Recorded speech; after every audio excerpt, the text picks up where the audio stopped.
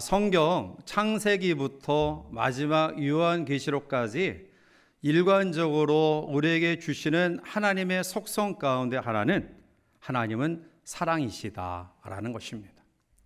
즉 창조 만물을 보시면서 사랑과 긍휼의 눈으로 기뻐하셨고요, 또 아담과 하와가 범죄하는 가운데서도 그들에게 살 길을 허락하신 사랑의 하나님, 죄악이 관영한 노아의 그 시대 속에서도 하나님께서 구원의 길을 열어주시고요, 그리고 마지막 이 지구상에 되어지는 종말의 큰 환난 가운데서도 여전히 하나님은 사랑을 우리에게 보여주십니다.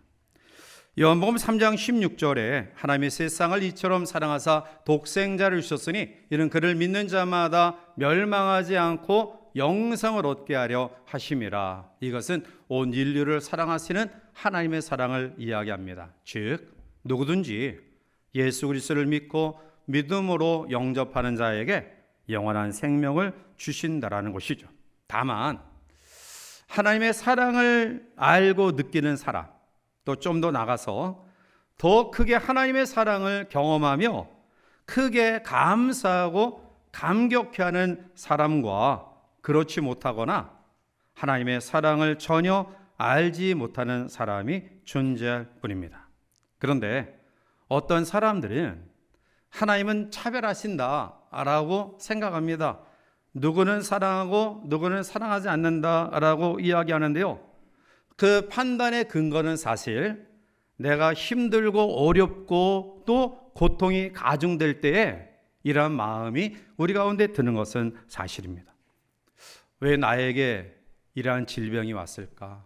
왜 우리의 자녀의 삶을 이렇게 엉망되게 만드실까? 나의 삶, 또 나의 직장, 나의 사업이 왜 이렇게 무너질까? 왜 날까? 왜 나에게 이러한 일들이 일어날까? 결국 우리의 이성과 또 우리의 경험과 체험 안에 하나님을 판단하고 있다라는 것입니다. 우리는 이러한 속에서 분명히 해야 될 것은 성경의 진리를 분명히 선언하는 그런 믿음이 있어야 됩니다. 그것은 하나님은 모든 사람들을 사랑하시되 차별 없이 사랑하시는 분이다라는 것입니다. 이런 하나님의 차별 없는 사랑은 오래전부터 계속되어졌음을 우리가 본문을 통해 보게 되는데요, 이스라엘 민족이 광야에 40년 생활을 마치고 가나안에 들어갔을 때는 안타깝게 20세 이상 난 사람 가운데는 여분네 아들 갈렙과 눈의 아들 여호사 외에는 모두 광야에서 죽게 되죠. 그것은 민수기 26장 65절에 그들이 반드시 광야에서 죽을 것이다라는 하나님의 선포 때문입니다. 왜 그들이 광야에서 죽었을까요? 그들은 출애굽의 놀라운 기적과 홍해를 건너는 기적과 여러 가지 하나님의 살아계심을 광야에서 체험했음에도 불구하고 광야 생활 가운데서 지도자 모세에게 순종하지 아니하고 하나님을 배반했기 때문입니다. 결국 광야에서 새로 태어난 그러한 자손들이 가나안 땅에 들어가게 되었고요, 그들은 하나님의 약속대로 지파대로 가나안 땅의 여러 지역을 분배받게 됩니다. 오늘 본문의 말씀 가운데 오면 그 가나안의 기업을 분배받기 위해 노력했던 사람들을 보게 됩니다. 그 사람들은 슬로바앗의 5명의 딸입니다. 당시 하나님은 이스라엘 민족이 가나안 땅에 들어가 지파대로 각 땅을 분배하여 할당하셨는데요, 그런데 중요한 것은 여자들에게는 상속권이 인정되지 않았다라는 것입니다. 이러한 상황에서 오늘 일제로 오면 므낫세의 현손 마길의 증손 길앗의 손자 헤벨의 아들인 슬로바앗이 아들이 없이 딸만 5 남기고 광야에서 죽게 됩니다. 그리고 이 일 때문에 자기들은 기업을 유업으로 받을 수 없기 때문에 이 슬로바앗의 딸들이 모세에게 하소연하여 탄원하는 내용이 본문에 기록되어 있습니다. 이제 이러한 과정 속에 또 어떠한 모습으로 그들이 탄원했는가, 이것을 들은 모세는 어떻게 이것을 해결해 나갔느냐, 또한 이러한 것을 하나님은 어떠한 마음으로 이것을 해결해 주셨는가를 말씀 속에 우리들이 묵상하면서 차별 없는 하나님의 사랑을 발견하는 귀한 시간 되기를 원합니다. 우리는 먼저 본문에서 여인들의 요구와 이 여인들의 믿음을 보게 됩니다. 고대 시대는 남성이 여성보다 존중받는 시대였죠. 물론 신체적으로 건강하기 때문에 그 당시에 전쟁을 통해서 자기의 영토와 민족과 가족을 지킬 수 있는 그러한 힘이 신체적으로 좀 강건한 남자들에게 있었기 때문이죠. 그들은 노동력을 제공해서 부양 능력을 가지고 가족을 먹여 살렸습니다. 따라서 이러한 여러 가지 요인 때문에 바로 남성 위주로 모든 역사들이 진행되어 왔고요. 우리나라도 유교의 영향을 받아서 남성 위주의 전통이 내려왔습니다. 부모의 유산도 남자에게만 상속되었는데요. 그런데 1991년 딸들도 상속받아야 된다라는 요구가 법원에 의해 받아들여지고 난 이후에 그 이후에는 딸들도 아들과 동일하게 여러 부모의 유산을 상속받게 되었습니다.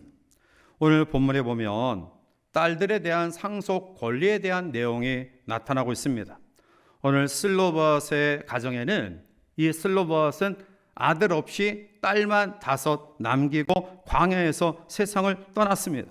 결국 그 당시의 모든 법적인 그러한 원칙에 의해서 이 가정은 아버지 때의 모든 그러한 가문이 단절될 위기에 처했던 것이죠. 이때 슬로봇의 딸들이 모세에게 와서 하소연합니다. 본문 4절 말씀 가운데 보면 어찌하여 아들이 없다고 우리 아버지의 이름이 그의 종족 중에서 삭제되리까? 우리 아버지의 형제 중에서 우리에게 기업을 주소서 하매 라고 말합니다. 아들을 두지 못하고 죽었기 때문에 아무도 아버지의 권리를 이어받을 권한이 없게 되었습니다. 결국 아버지 때에 그 가문의 모든 이름이 지어질 수밖에 없는 상황 가운데 우리에게도 유산을 이어받을 수 있도록 해 주십시오. 아버지의 가문을 이어갈 수 있도록 해 주십시오라는 딸들의 가상한 마음이에요. 자, 그런데 오늘 이 딸들의 가상한 마음 이면에 담겨져 있는 더 중요한 하나님의 교훈이 이 가운데 담겨져 있습니다. 그것은 슬로봇의 딸들이 모세에게 하소연하여 아버지의 몫을 달라고 했을 이 때가 언제냐 하면 아직 가나안에 들어가기 전입니다. 모압 평지를 행군해 가는 과정 속에 있었던 때입니다. 그런데 오늘 이 슬로봇의 딸들은 가나안 땅에 들어가기 전에 아버지의 몫의 땅을 달라고 요청합니다. 그것은 무엇을 의미합니까? 이 딸들의 모든 관심은 광야, 모압 평지에 그곳에 있는 것이 아니라 하나님의 약속을 부여잡고 약속하신 가나안에 이 딸들의 모든 관심이 있었다라는 사실입니다. 사랑하는 성도 여러분, 우리는 지금 광야 여정을 여행해 가고 있어요. 광야의 삶이 어떠한 삶입니까? 삭막한 곳입니다. 척박한 곳입니다. 뜨거운 태양열이 우리를 갈증나게 만들어서 심지어는 가람을 통해 죽을 수밖에 없는 환경 가운데 우리를 내몰기도 하고요. 광야는 생산의 장소가 아니기 때문에 모든 것들이 부족하고 열악합니다. 이러한 속에서 여러 가지 일들 속에 우리가 살아가기에 너무 힘든 여정을 지금 살아가고 있다는 것입니다. 육신의 질병과 또 관계의 어려움, 또 영적인 곤비함, 이런 여러 가지 2중 3중으로 우리를 힘들게 하는 요소들이 팽배해 있는 광야의 삶을 우리가 살아가고 있다는 것입니다. 그런데 오늘 슬로봇 딸들은 이 광야의 삶이 자기들의 최종 목적이가 아니에요. 그리고 그들의 관심이 이곳에서 좀 더 잘 먹고 잘 살고 그리고 나은 삶을 산다 못한다 여기에 관심 있는 것이 아니라 하나님의 약속을 부여잡고 약속하신 가나안에 그들의 소망이 있었다라는 사실입니다. 오늘 우리에게 이러한 소망이 있기를 주님의 이름으로 축복합니다. 물론 우리의 삶이 어렵고 힘듭니다. 때로는 다른 사람이 경험하지 못한 아픔과 힘듦과 고통을 경험할 때가 있습니다. 그러나 우리의 모든 삶은 단지 지나가는 과정이다. 반드시 하나님은 우리에게 가나안의 놀라운 역사를 허락하신다. 이런 믿음의 소망을 가지고 인내하며 우리의 광야 험난한 인생 여정을 믿음으로 승리롭게 살아가는 죄의 백성들 되시기를 주님의 이름으로 간절히 축원해 드립니다.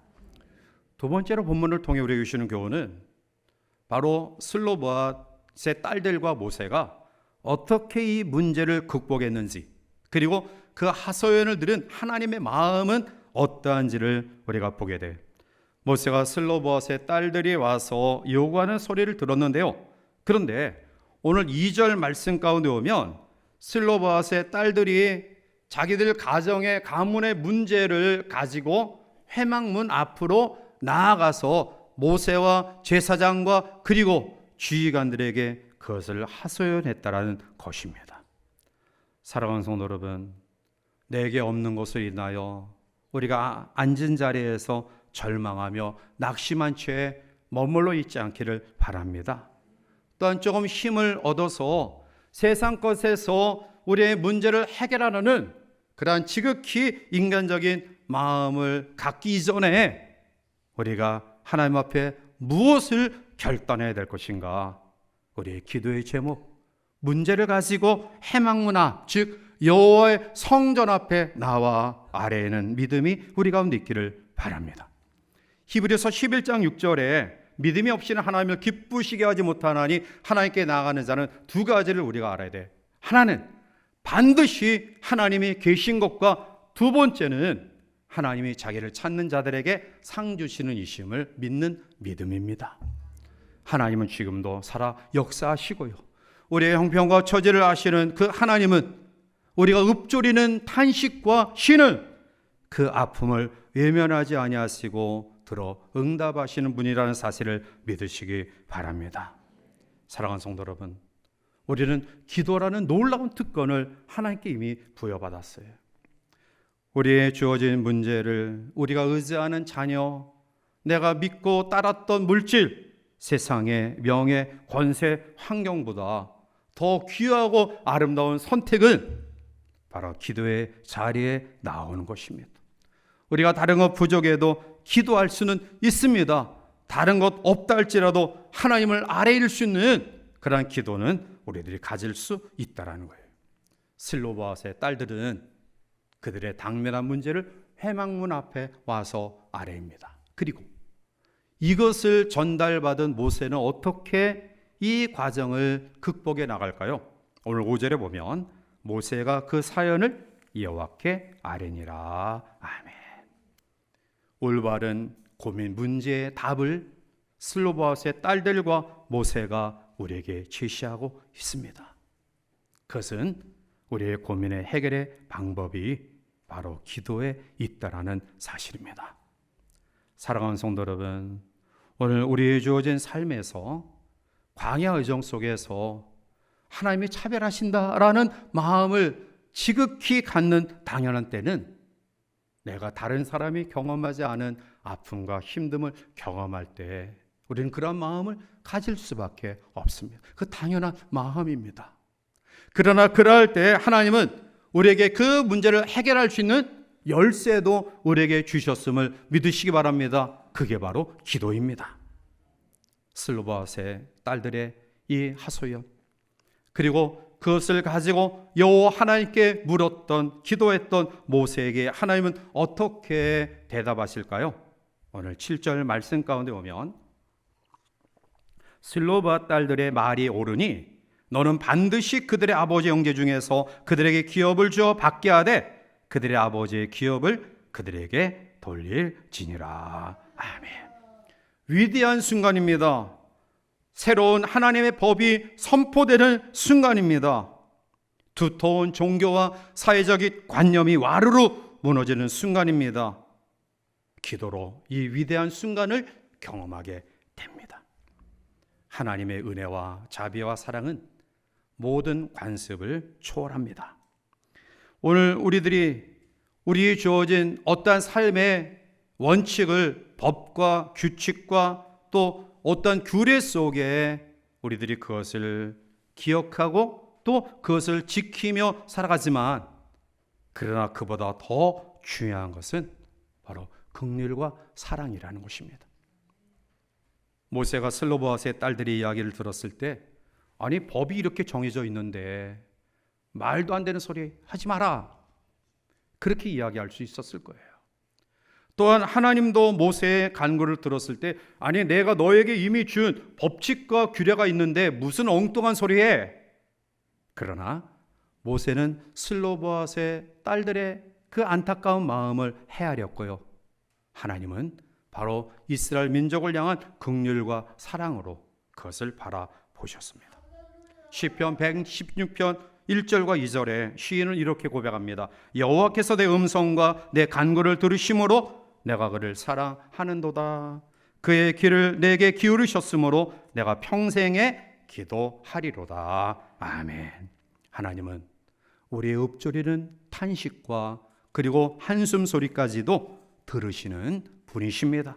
그것을 원칙과 법으로 그 잣대로 가늠하시는 것이 아니라 우리의 당할 상황을 안타까운 마음으로, 긍휼의 마음으로, 그것을 해결해 주고자 하는 사랑의 마음으로 우리를 바라보시는 하나님이심을 믿으시기 바랍니다. 결국 하나님의 공평하심이 본문 결론 부분에서 우리에게 나타나고 있습니다. 11절에 그의 아버지의 형제도 없으면 그의 기업을 가장 가까운 친족에게 주어 받게 할지니라 하고, 나 여호와가 너 모세에게 명령한 대로 이스라엘 자손에게 판결의 규례가 되게 할지니라. 아멘.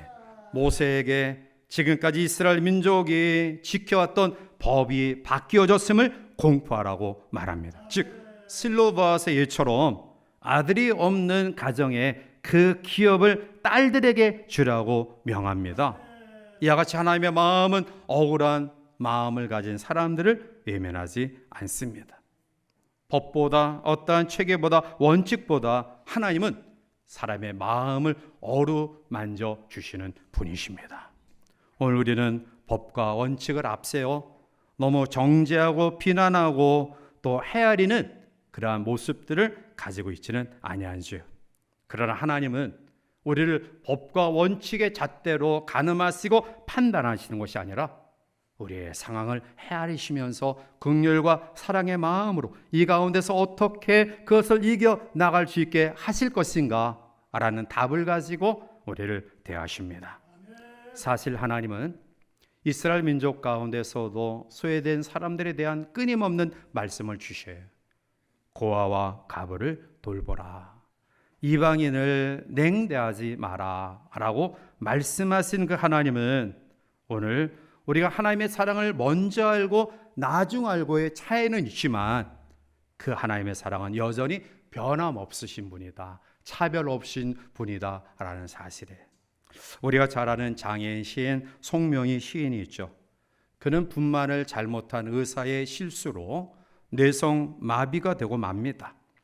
어려운 가정에 태어나 성장했던 송명희 양은 그가 살던 연희동 지역에서 세를 낼 그런 여력이 되지 못해서 경기도 성남 언덕 작은 집으로 이사하게 됩니다. 그는 하나님 앞에 항거합니다. 그리고 항변합니다. 하나님, 내게 아무것도 없습니다. 유일하게 나와 함께 마음을 나눴던 친구도 내게 지금 없습니다.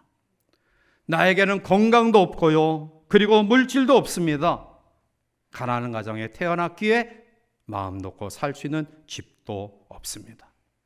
하나님께 애처롭게 부르짖는 이 송명희 양에게 하나님은 내가 부르는 시를 받아 적어라 라고 음성을 주셨어요. 그 시를 받아 적는 가운데 송명희 양은 공평하신 하나님이라는 시기를 듣고는 거부하기 시작합니다. 하나님, 이것은 쓸 수 없습니다. 하나님 공평하시다고요? 아닙니다. 하나님 공평하지 않습니다. 저는 남들이 평범하게 가지고 있는 것 가지지 못했습니다. 하나님은 절대로 공평하지 않습니다. 그렇게 항변하는 그에게 하나님은 끊임없이 말씀하셨고요. 하나님의 말씀 앞에 마음이 녹아져 그는 하나님의 공평하심을 고백하며 시를 썼습니다. 이것이 우리들이 즐겨 부르는 나라는 복음 성가입니다.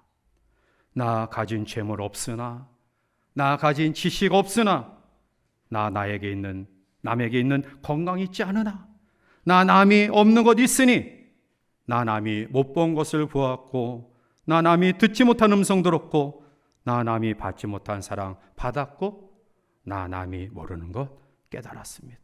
공평하신 하나님이 나 남이 가진 것 나 없지만 공평하신 하나님이 나 남이 없는 것 갖게 하셨습니다. 성령의 양은 아무것도 없을 것 같이 보이는 환경 가운데 하나님의 공평하신 이 음성을 순종하여 글을 썼고요.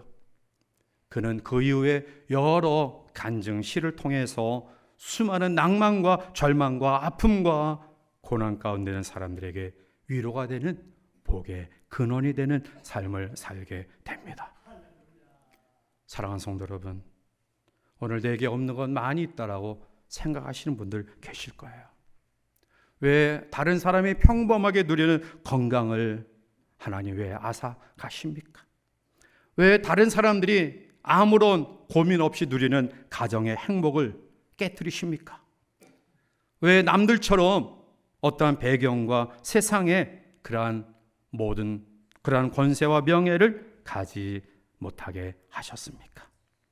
그런데 여러분, 오늘 우리가 없는 것 가운데서 우리의 삶을 돌아보면 아직 나에게는 소중한 것들이 많이 있음을 깨닫게 됩니다. 그것 끄집어내어 감사하십시오. 주님께 기도하십시오. 반드시 하나님은 응답의 땅으로 우리를 인도하실 것이고요. 하나님의 선한 합력하여 선을 이루시는 은혜를 우리에게 허락하실 줄 믿습니다. 말씀을 맺습니다. 우리가 살아가는 세상은 차별이 많아요. 돈으로 사람을 평가하고요. 성별의 차별, 나이의 차별, 피부색의 차별, 장애와 비장애의 차별 등 너무나 많이 있어요. 그 가운데 사실 차별받을 만한 이러한 환경을 내가 선택하지 않은 정말 억울한 것들도 있어요. 그럼에도 불구하고 오늘 우리는 슬로보아스의 딸들을 묵상합니다. 그들이 무슨 죄가 있어요? 그의 아버지가 아들을 낳지 못하고 죽은 것, 슬로보아스의 딸들이 여자로 태어난 것, 그게 그들의 의사와 무슨 상관이 있습니까? 전혀 자기들의 의사와 상관없는 아픔과 힘듦이 그들에게 주어졌지만 하나님은 그 상황을 아십니다. 슬로보아스의 딸들이 회막문에서 자기들의 아픔을 아뢰했던 것처럼 모세가 그의 탄원을 인간적인 생각으로 성급하게 판단하지 아니하고 기도하여 긍휼의 마음을 바라보면서 그것을 진행해 나갔던 것처럼, 그리고 하나님이 긍휼히 여기는 마음으로 모세의 탄원과 슬로보아스의 딸들의 간구를 들은 것처럼 하나님은 여전히 우리를 차별 없이 사랑하시는 분임을 믿습니다. 이제 이 차별 없는 하나님의 사랑을 경험하고 체험했다고 한다면 우리도 차별 없는 사랑을 나누며 베풀어야 될 줄 믿습니다. 그래서 이 한 주간 여러분들의 심령이, 우리의 가정이, 우리의 직장과 우리의 모든 공동체가 작은 천국을 경험하며 기쁨과 감사로 하나님께 영광 돌리는 한 주간의 삶이 되시기를 주님의 이름으로 간절히 축원해 드립니다.